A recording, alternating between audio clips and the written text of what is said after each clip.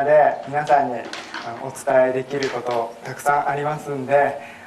本当に僕も楽しみで今日来ました。今日一日よろしくお願いします。まずこれ括弧になってるのはですね、フロントエンド商品ですね。